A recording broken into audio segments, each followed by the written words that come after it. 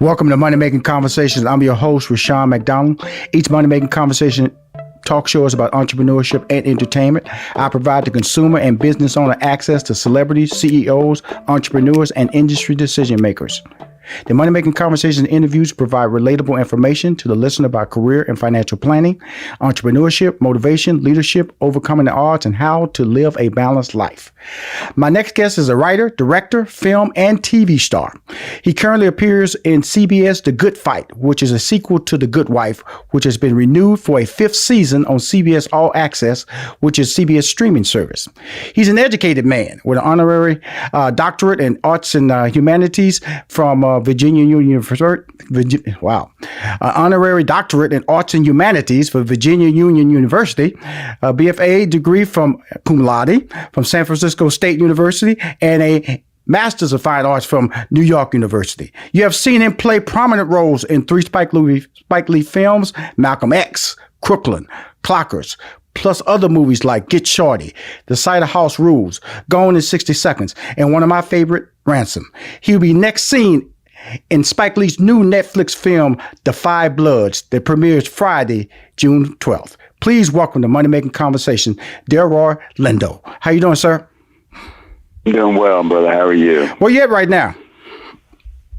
I'm in Northern California. Awesome. I wanted to get started with this. First of all, I saw the movie, and I just want to compliment you on this role. When you get a script like this, sir, what are there any expectations? Because you have outstanding monologues in it. It's a tortured soul character. Doesn't have a relationship with the son in the movie. Tell us about this script when you received it and as it developed along the way. We're talking about the script, The Five Bloods, which will premiere Friday, June 12th on Netflix. When I received the script, it was clear to me that it was a very rich. Yes, sir. I felt real good about the fact that Spike had called me and just asked me, offered me the part in the film. Mm-hmm. Was one stumbling block that I had when I first read the script, which was that the character is such an ardent Trump supporter. Right. I am not a Trump supporter. Mm-hmm. It was a little bit of a stumbling block, but we got over that. I read the script an additional 2 or 3 times, and I rationalized in my head how and why the character of Paul that I'm playing in the film could arrive at a place where he feels compelled to vote for this person. Larger than that, for me, equally if not more important than that, for me, is the fact that when I read the script the first 2 or 3 times, it became really clear to me that Paul is a very large, tragic character. Right. You mentioned him being a tortured soul, and my interpretation was that he is a tragic character in the same way that a lot of Shakespeare's tragic characters, the Hamlets and the Macbeths and the Othellos and any of those kinds of characters, or the larger characters from August Wilson, Harold Loomis. Right. And I related to Paul as being a large tragic character, and that was really interesting to me as an actor to kind of investigate that. And so I called Spike back and I said, "Yeah, I'd love to do this," and I'm in. And to your question of how it was working on the film, it was extraordinary. Mm-hmm. We had the 5 of us, and I'm including Chadwick in this. Right. We had a real rich bond. Mm-hmm. And I say the 5 of us. I'm speaking about Clarke Peters, Isiah Whitlock Jr., right. Norm Lewis, Jonathan, and Chadwick. We formed a really, really good bond, and the bond that we had off screen found its way into the work that we were doing in front of the camera. So overall, it was just a very, very rich, enriching, and deeply gratifying experience. Well, I when I watched the movie, first of all, it felt like a history lesson to me. which was really Absolutely. which was really great, to understand that, because the Vietnam War was about history and how African Americans were treated, and how that era was being dealt with, both stateside and when you were over there fighting for a war that you had no beef in. And so, how was your take on that when you started? Even when Chadwick Boseman, how he worked the dialogue. I'm talking about Spike Lee into his character, which was Stormin Norman, when you guys were talking, and it really was brilliantly the way it was articulated in the script. Give me your feedback on that, sir. This was a really well articulated, as you say, story. Yes, it was. I felt it cleanly and sharply articulated, just in terms of the script that we had to work with. And then on top of that, the work that we put in, I'd like to believe, further sharpened the message.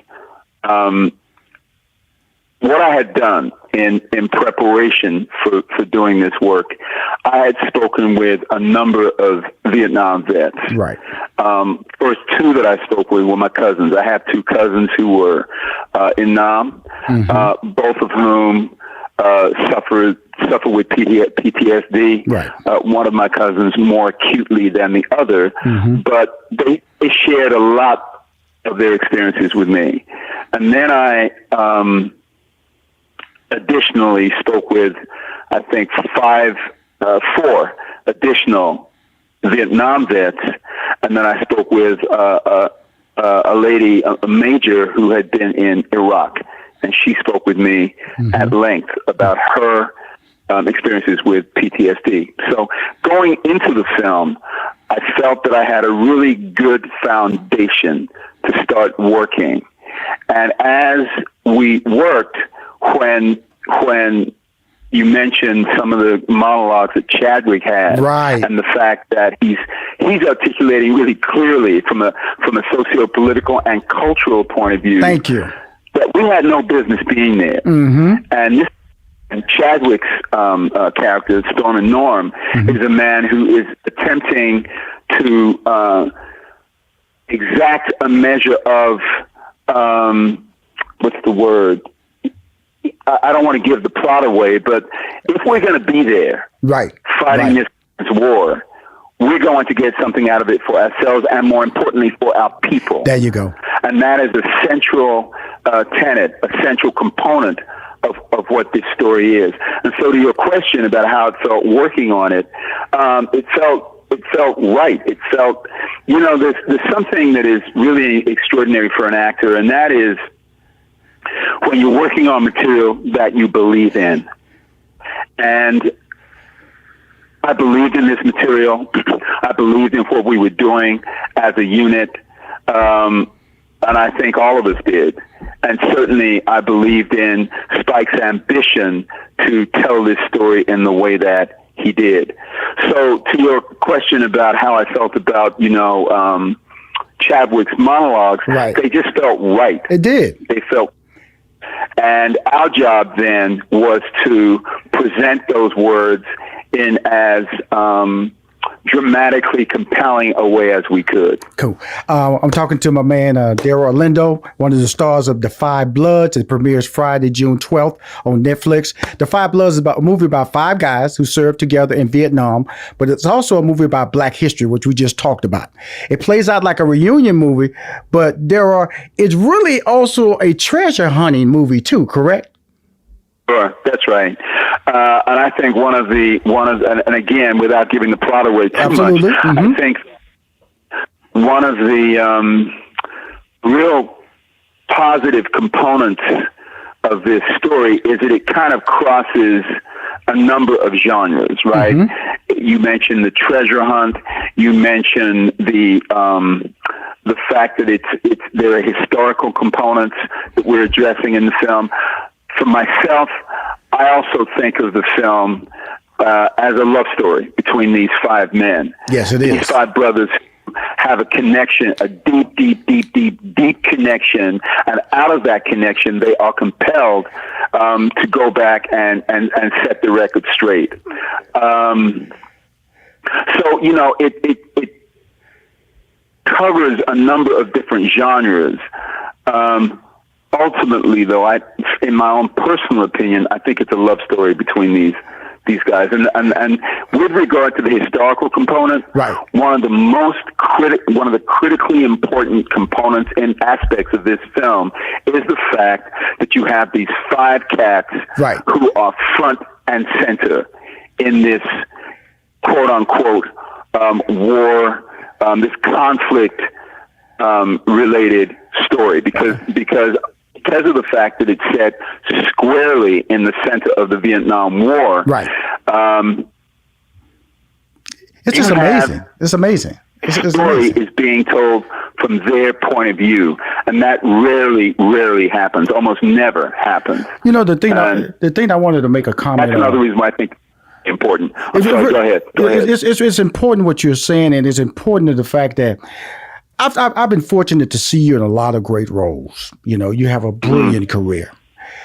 I will tell you what I saw you do in this movie.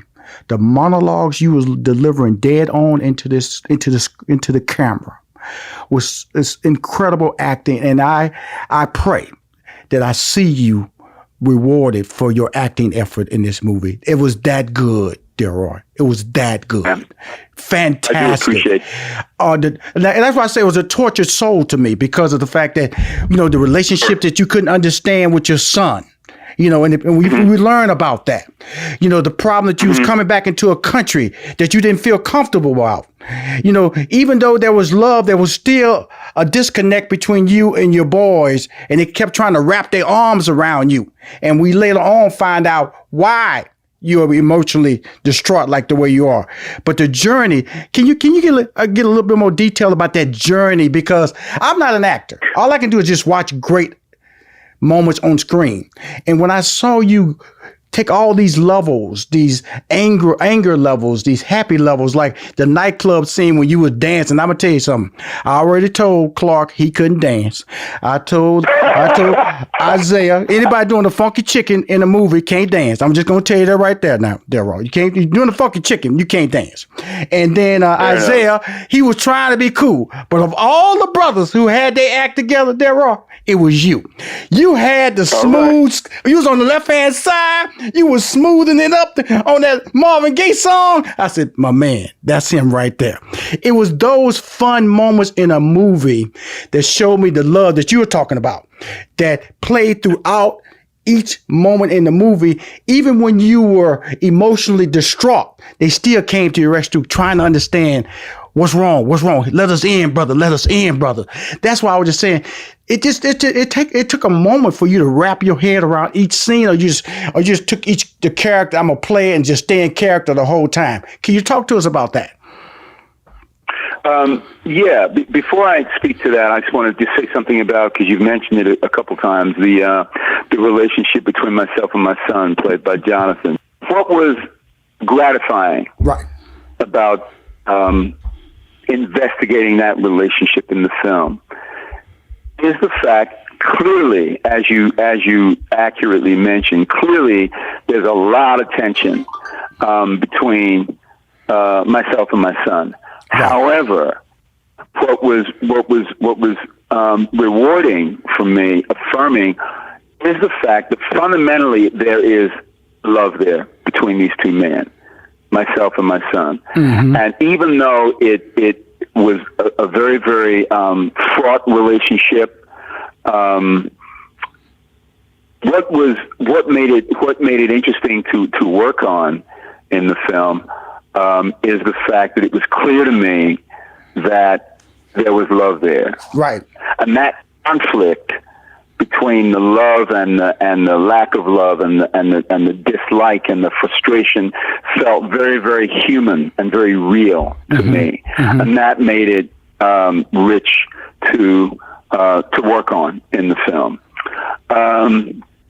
What was your original question? Because I kind of veered off. It was great, but I want to go to another moment because you've answered my question. It was the moment where, because I was talking to the guys and I was just talking about your acting, and it was I'm not giving away the movie, when you walked off from the guys, the moment when you walked off. Yeah. They say a storm. They say a storm suddenly reared its ugly head in that moment. But you had to stay in character and play it out. Can you explain to me exactly what they were talking about? What? You're saying this is what the other two actors reference. Is that yes, what you're saying, that moment? Yes, sir. Yeah. Yeah, when you walked off. Let me just say this about that moment in the film. That was a straight up gift from God. And what I mean by that is that as I was walking away from my compadres in the film, literally, man, the sky opened up and there was a storm. Right. It started to storm. The sky, and it just started torrential rain. The wind was kicking up, and we played through that, right? Right. And kudos to the sound engineer, because he got it, right? He able to record all the dialogue that was going on as I was walking away from them. But the fact that there was this added dimension of the sky opening up and the fact that the scene ended up playing out in a storm, right, that Spike and all the technical crew captured on film, right, felt to me that the film was anointed, man. When Spike finally said cut, and I walked back towards Spike, and Spike had this huge grin on his face. He was jumping up and down. I love it. Love it. And it just felt right. And I didn't say this to him in the moment, but internally I was feeling that was an anointed moment. It was. Because we could not have planned for that. We could not have planned for the storm to start right at the end of that scene, right? But the fact that that storm did start right at the end of the scene, for me, was indicative of the fact that this work was anointed. And having seen the film, right, I still feel that the work is anointed. I'm gonna tell you something. Because I got a huge background in television and film and producing and all that. So I'm watching this scene, right, and I'm with my wife. I'm going, how they getting that rain like that? I hear you. It was what we call a happy accident, man. Delroy, I'm trying to figure out what a water truck is. I'm trying to figure out how did they drop this water like this. I'm going, and you in it, and I'm like, wow. That was a blessing, man, because you stayed in the moment, though, Delroy. You stayed in it. No, we all did. And one of the things that really astounded me was the fact that the sound guy, right, he captured it. He got it. Somehow. And this has got to be a testament to his skill level. Right. He was able to set the audio balance in such a way that the fact that it was storming and raining and the wind was kicking up, and he still was able to get the audio quality. Now, that was a scene that I did have to go into the studio and do ADR. I had to re-record that tail end of the scene. Right. But still, when I first saw it on production, he had captured it. And, it was just anointed, man. I was going to let you know, an expert eye didn't catch it, didn't see any of that. All I heard it was played. That the thing about I'm very first of all, thank you for being on the call with me, because when you see a project, you get to get into the mind of an actor. It's kind of like an acting class and then I can't act. So anybody who's listening to this really should gather some nuggets about how to do it right. Talking to all three of you guys today has been a blessing of over 4 decades of acting and directing and writing skills are being played out in a movie of this caliber. And I just want to let everybody I'm talking about it.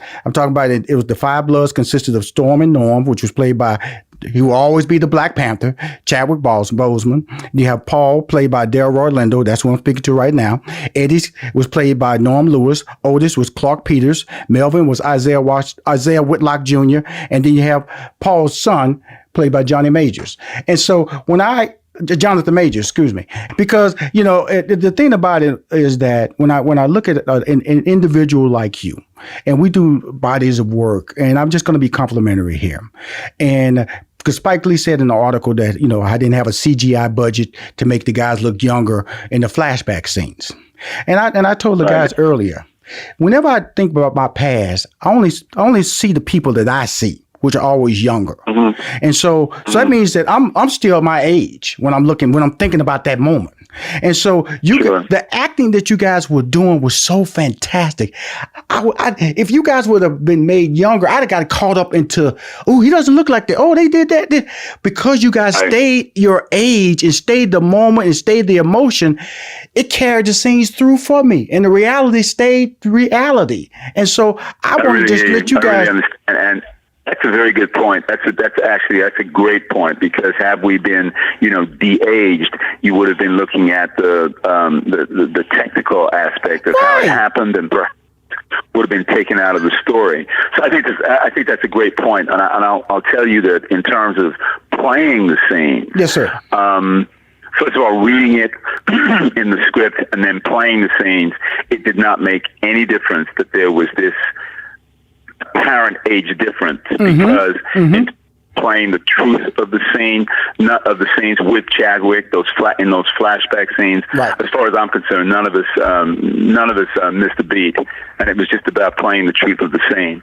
And I want to say this too, and it goes back to when you say the love story, because the love that Stormin Norman had, that's Chadwick's character, for you guys as a leader, the best damn soldier that ever lived in the Vietnam War. That's what he was proclaimed.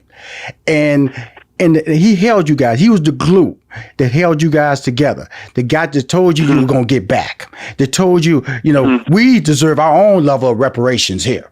And amen, right. And it was that journey of conversation, that journey of the hand slapping. Don't forget that people think started now when they look at the NBA and LeBron and them doing all those multi-levels of hand slapping. Didn't know that started back there with us. Okay. Didn't know that was something that was not something new the last 5 years they've been seeing in the NBA on a regular basis. That's what I'm talking about. I appreciate the time you taking with me to do this interview, because I'm talking to history. That's you, my friend. I hope history blesses you with Oscar nominations, SAG Award nominations. All the nominations that are available in the fall should come your way.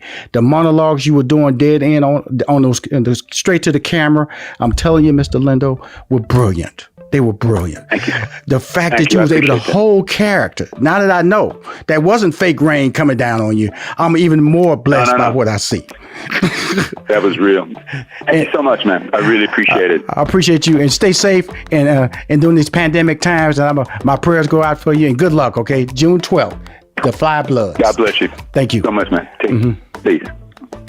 If you want to hear more Money Making Conversation interviews, please go to moneymakingconversation.com. I'm Rushion McDonald. I'm your host.